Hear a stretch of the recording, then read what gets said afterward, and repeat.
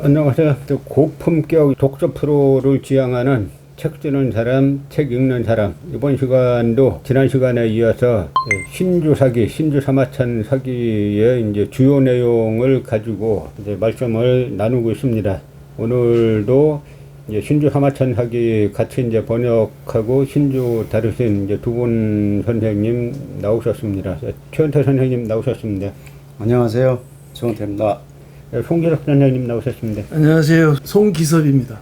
오늘은 그 홍문년의 변이라 그럴까요? 홍문년 사건에 대해서 한번 그 이야기를 나눠보려고 하는데요. 그 홍문년 사건은 초한지라고, 우리 장기 둘 때 초한지에서 이제 천하라와 한나라가 이제 싸우는 이야기죠. 우린 제일 나중에 항우가 지면서 우부인에게 사방이다 무너지면서 우여 너로 어떡할 것인가 뭐 그러면서 역발상 기계세 힘은 뭐 산을 뽑고 기세는 천하를 뒤엎는데 결국 사방에서 다 이제 노래가 들리니까 우여 너로 어떡하겠는가라고 하는 그 유명한 대사를 이제 기억합니다만, 사실은 그 우리가 역사를 볼 때 이길 수 없던 사람이나 세력, 나라들이 이긴 경우가 적지 않죠. 간간이 있죠. 그 대표적인 것이 뭐 현대에 들어와서 모택동이 이끄는 중국 공산당에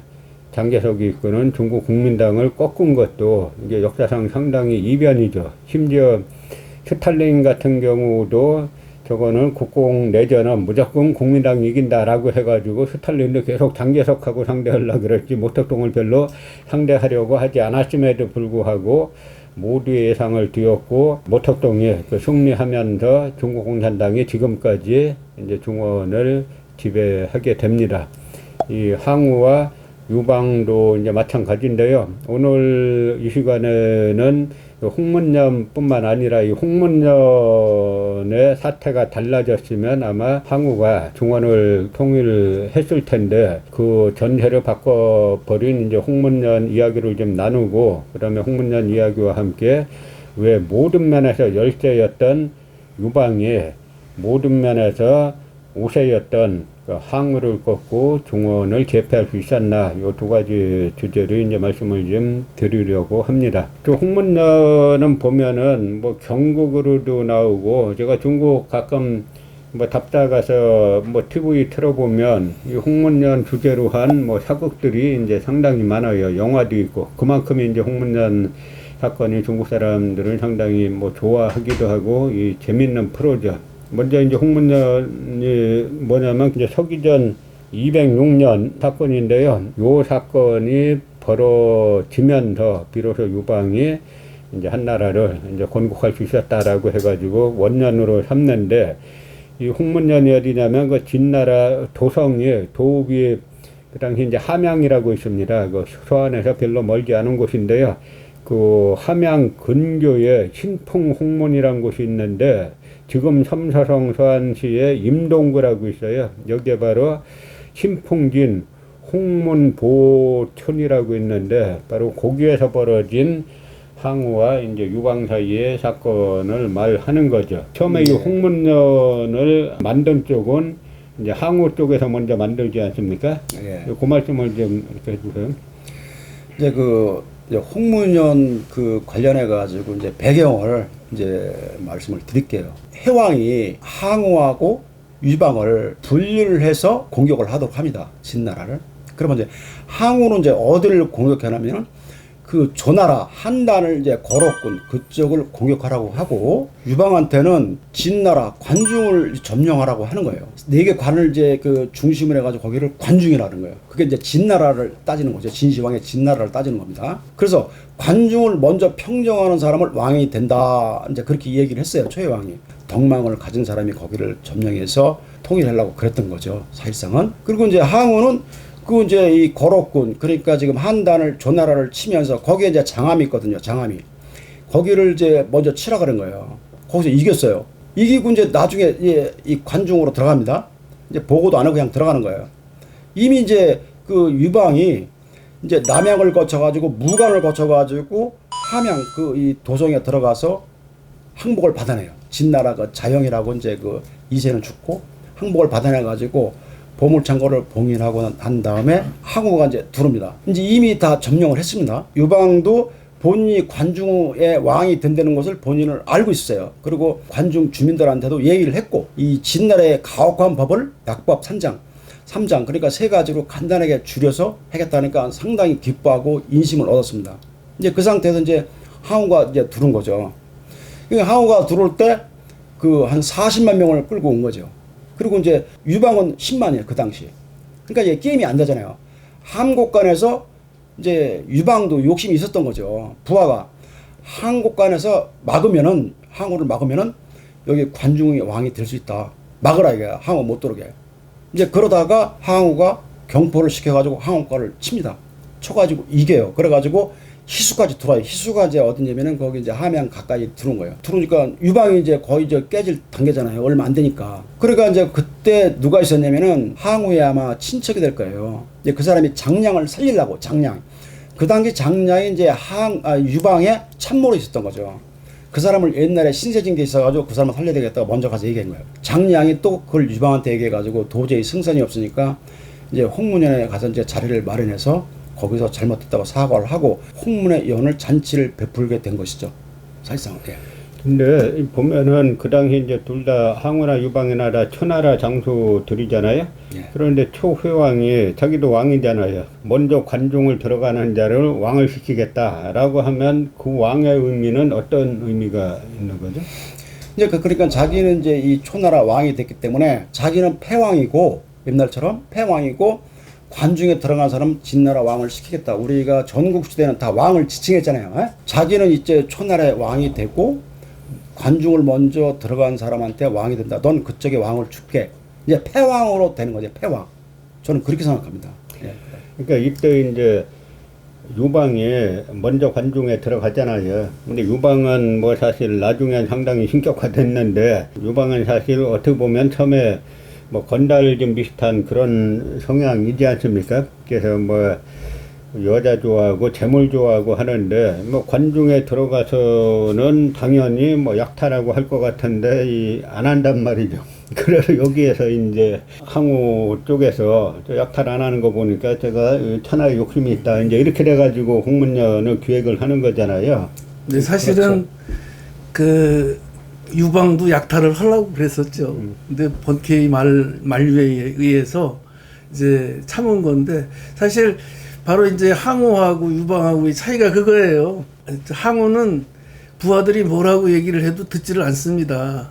자기 그 고집대로 하는 그런 스타일이고, 유방은 비록 성격은 좀 거칠고 이렇게 하지만 부하들의 의견을 갖다 잘 청취하는, 그래서 내가 볼 때는 그 유방이 대체적으로 보면 용인술도 상당히 뛰어난 그런 사람이고, 또 사람을 알아볼 줄 아는 해안도 있는 것 같아요. 그래서 유방의 부하들을 보면, 출신을 보면은 아주 그 험악한 그 일을 했던 사람들이잖아요. 뭐 번개 같은 경우에는 뭐 개장수를 하는 그런 사람이라고 그러고, 뭐 내세울 수 있는 그런 어떤 그 출신으로서 내세울 수 있는 그런 그 부하들이 별로 없는 것 같아요. 그런데 어떻든 그렇게 부하들의 얘기를 잘 들어주고 이렇게 하니까 그 좋은 계략들이 많이 나오죠. 결국 따르다 보니까 점점 세력을 얻어가는 그런 형태였고, 먼저 항우보다 먼저 진나라에 도착해서 진나라를 먼저 정복하게 되는 그런 결과를 얻은 거죠. 그러니까 이제 범증이 바로 이제 그 말을 했잖아요. 이제 유방이 산동에 있을 때는 온갖 약탈을 다 했는데, 지금 들어와가지고는 그 하나도 안 하니까 뜻이 작은 데 있지 않다. 저걸 제거해야 된다. 라고 해가지고 이제 불러들이잖아요. 근데 여기에서 또 유방이 사기 보면 뭐 수십 기 정도로 나오죠. 같이 같이 이제 홍문양. 그러니까 그 항우 진영에 들어가는 그 수십 100여 기 정도로 100여 기 정도에 그 정도로 이렇게 또 들어가는 자체도 어떻게 보면은 좀 잘 이해가 안 가요, 그 부분은. 그 얘기는 제 생각에는 그렇습니다. 이제 이미 항우 진영에 이제 장량이 미리 항백한테 미리 다 얘기를 해놓고, 또 항백 또한 항우한테 이제 유방이 와서 사과를 하면은 받아줄 것이다. 그 유방의 그 좌사마가 있어요. 걔가 또 고자질한 거야, 항우한테. 유방이 관중을 점령하면서 보물을 다 갖고 거기 왕이 되려고 그런다 고자질을 해요 항우한테. 그러니까 항우는 더 놀래가지고 분노해서 죽이려고 그랬던 거고, 범증이 그 옆에 있었는데 반드시 저기 유방은 죽여야 된다 이제 그렇게 얘기를 했던 거죠. 거기에서 이제 번쾌하고 장량 100여 개만 간 거예요. 홍문 잔치를 벌면서. 이제 유방은 핑계를 대면서 사실상 먼저 점령했지만은 태공께서 오기를 기다렸다. 그래서 보물창고를 다 봉인해놓고 뭐 궁녀들도 그대로 있고 불도 안 태우고 자영을 살리고 그대로 다 있었다. 이제 처분은 항우께서 이제 하라. 이제 그렇게 해가지고 그러니까 또 항우 또 거기 또 마음이 약했는지 그래 나도 또 오해를 한 것 같다. 나도 그 당신 그 좌사마 조무상이 그렇게 나한테 얘기하길래 내가 당신을 저기 칠라 그랬던 거지. 이제 그렇게 된 거예요 사실상 내용은. 이제 그래가지고 범중은 계속 죽여라는데 못 죽이고 있는 거예요. 그 홍문년에서 벌어졌던 그 사건들이 이제 재밌잖아요. 그러니까 이제 항장 범증이 그러니까 그 항우의 그 왕사죠. 이 범증을 갖다가 항우가 때로는 뭐 아부라고 부르고 네. 뭐 했던 그런 이제 모사인데, 그 범증이 오늘 그 유방을 죽이지 않으면 자기네가 죽는다라고 생각해가지고 항장에게 그 죽이도. 명령을 내리잖아요. 네. 그 건물을 치면서 연애가 무르익으면 이 네. 항우가 그런 거 좋아하니까 건물을 치면서 유방의 목을 베라라고 해가지고 항장이 막 이제 목을 베는데 그 이 항우의 숙부인 그 항백이 그걸 좀 받았잖아요. 이미 딱 가보니까 그 누구죠? 그 유방의 참모 장량. 예, 장량이 딱 보니까 이거는 유방을 죽이려고 하는 모략이다라고 해서 이제 장량이 막 이제 그 뇌물을 이제 항백에게 주니까 옥을 막 이렇게 주니까 이제 거기에 넘어가가지고 베려고 하면은 또 이 항백이 또 칼을 그나가 맞고 네. 이러다가 결국은 이제 그 배지 못했죠. 그래서 그 유방이 도망가고 난 다음에 범증에게 옥 한 꾀를 주니까 이 범증이 그걸 후려치면서 이 어린아이와는 항우 말하는 거죠. 이런 네. 어린아이와는 정치를 못하겠다. 라고 하면서 우리는 나중에 저 유방전에 다 죽을 거다라고 하는 또 이야기가 나오지 않습니까? 범증은 다 읽고 있었던 거죠. 여기서 유방을 죽이지 못하면은 저 유방한테 우리가 죽는다. 그런 것들이 이제 어떻게 보면 중국사가 이제 이 참모사 왕사의 역사라고 하는 건데요. 그래서 결국은 이때 그 항우는 그냥 모른 척 하고 있으면 되고, 그 범증의 말대로 그 항장이 그 유방의 목을 뱄으면은 이제 그 항우 천하가 되는 건데, 거기에 그렇죠. 이제 결국은 못 빼면서 이제 범증의 계책이 그 실패를 하면서 결국 항우가 나중에는 뭐 그 역발상 기계에서 노래 부르면서 이제 죽게 되는 거죠. 그래서 이 대목이 바로 이제 송수섭 선생님 말씀하신 대로 항우의 잘못이 가장 큰 거죠. 결국은 그렇죠. 이 천하 패권을 놓고 싸우는 판국에 뭐 지금 사과한다 그러고 봐주고 사과하면 진짜 거기에서 진짜 사과하고 싶어서 한 게 아닌데 그걸 봐주고 하는 이런 데서 실패한 건데요. 그래서 유방과 항우를 이렇게 보면은 유방은 사실 일개 평민이고 또 유방의 어머니가 또 요시잖아요. 그 모성을 이렇게 따는 건 아버지가 그렇게 성도 없는 이제 미천한 사람이었다는 거고. 근데 막상 유방의 아버지로 써놓고 유방이 태어난 거는 그 유온, 어머니 유온이 뭐 정자에서 이렇게 잠을 자는데 용이 덮쳐가지고 뭐 유방을 낳았다라고 하는 이제 막 다 이제 그래서 뭐 얼굴이 용안이다 하는 이런 거를 이제 만들어내는 거죠. 근데 유방은 보면은 사실 항우가 뭐 묻어 죽이고 뭐 20만 묻어 죽이고 뭐하고 하는 비정한 면이 있지만 어떻게 보면은 항우는 상당히 인간적인 측면도 많아요. 유방은 나중에 항우에게 쫓겨 도망갈 때 자기 마차에 자기 딸들이 탔는데 그 마차가 그 딸들 타서 무겁다 그래가지고 뒤에서 쫓아오니까 그 딸들을 갖다 발로 차가지고 떨어뜨리잖아요. 소장님 말씀대로 이제 유방이 이제 인자하고 너그럽고 덕망이 많을 수도 있어요. 이제 그것도 있고 한량 기질도 있고 비정한 면도 있어요. 아까 이제 조금 전에 얘기한 하우영이 이제 이 수레를 잘못 왔어요. 그러니까 유방하고 같이 이제 이렇게 몰고 가는데 마차가 빨리 못 가잖아요. 애들 떨어질까봐. 그러니까 발로 차가지고 떨어뜨리려는 두 명. 그러니까 또 받아가지고 다시 태우고. 이제 그래도 어쩌다가 이제 살았어요. 그래가지고 풍읍 그쪽 가까이 와가지고 애들을 내려놓고 그거를 못 참아가지고 유방이 하우영을 10번이나 죽이려고 그랬대요. 10번이나. 왜?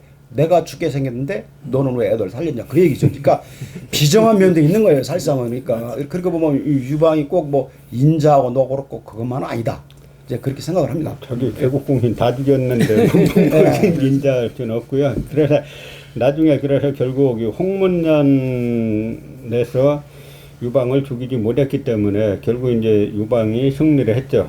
근데 보면 나중에 유방이 승리를 하고 나서 자기 이제 신하들에게 야, 내가 어떻게 이겼는지 아느냐 얘기하죠. 그러니까 군사 숫자로 보더라도 홍문년 당시에 항우는 40만, 유방은 10만. 출신으로 보더라도 이 유방은 그냥 평민, 항우는 초나라의 뭐 왕족 장군 출신. 그래서 뭐로 보더라도 이 항우가 다 우세한데 결국은 내가 항우를 꺾고 이긴 이유가 뭔지 아느냐. 뭐 여기서 이제 참모들을 쓴 그 이야기를 하지 않습니까? 예를 들어서 이 경제 분야는 경제 분야 군수품 조달하고 하는 거는 예. 소하가 뭐 나보다 그렇죠. 낫고. 예, 예.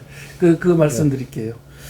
우선 그 항우에게는 범증이라고 하는 계략가 하나밖에 없습니다. 물론 그 장군들 싸움 잘하는 장군들 몇 명이 있었지만 계략가로서는 범증 하나밖에 없었습니다. 그러나 이 유방에게는 우선 그 장량이라고 하는 사람과 진평이라고 하는 최고의 그 전략가가 있었고요.